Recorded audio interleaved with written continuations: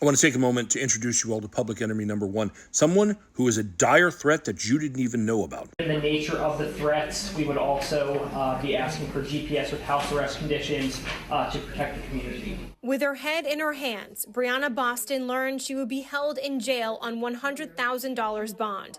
The Polk County judge adding the bond was appropriate given the, quote, status of our country. It's not like she's a child. She's 42 years old, so we're not dealing with a child here. She should certainly know better. She seems horrific. In fact, if she is released on bond, they want an ankle monitor on her because they need to keep track of her for the safety of the community. And she's being charged with serious crimes, threats to conduct a mass shooting or an act of terrorism. This woman. So what exactly did she do that got her into all this trouble? Authorities say in a recorded phone call about a denied insurance claim, Boston told a Blue Cross Blue Shield employee, quote, delay, deny, depose. You people are next, end quote. The language matches the words police say were written on the shell casings found at the United Healthcare CEO's murder scene in New York City. We will take this very seriously, and we will put you in jail if you do something like this. It is not a joke. According to Boston's affidavit, the mother of three told police she did not own firearms and was not a danger to anyone.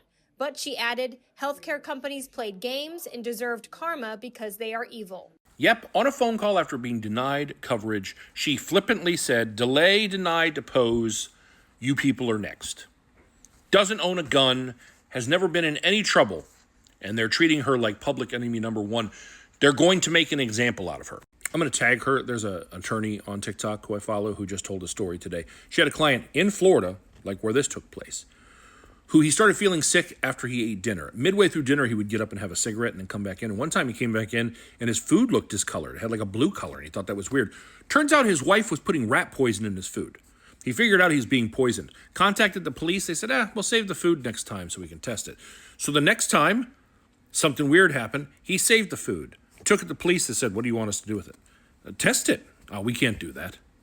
So his nephew helped him out, put up cameras, and on camera caught her coming in when he was out of the room and pouring stuff in his food and mixing it up.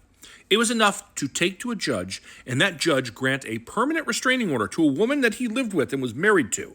A permanent restraining order, and the judge said on the record, it's clear this woman was trying to poison and kill him, and guess what the police did? Nothing. They still wouldn't investigate her. They still wouldn't arrest her. When they have her on video putting poison in his food and he had the food for them to test, wouldn't do it. But this woman, who in a moment of frustration and desperation making that statement, she's dangerous. Sounds like some people who just want some headlines. There was a GoFundMe for her that's been taken down because you can't raise money directly for defense if you're charged with certain things. If any kind of thing comes out to actually help her, I'll let you all know. But the fact that this is the world we live in, that police will be upset over this and not over like someone being poisoned to death, is just, it's hard to accept.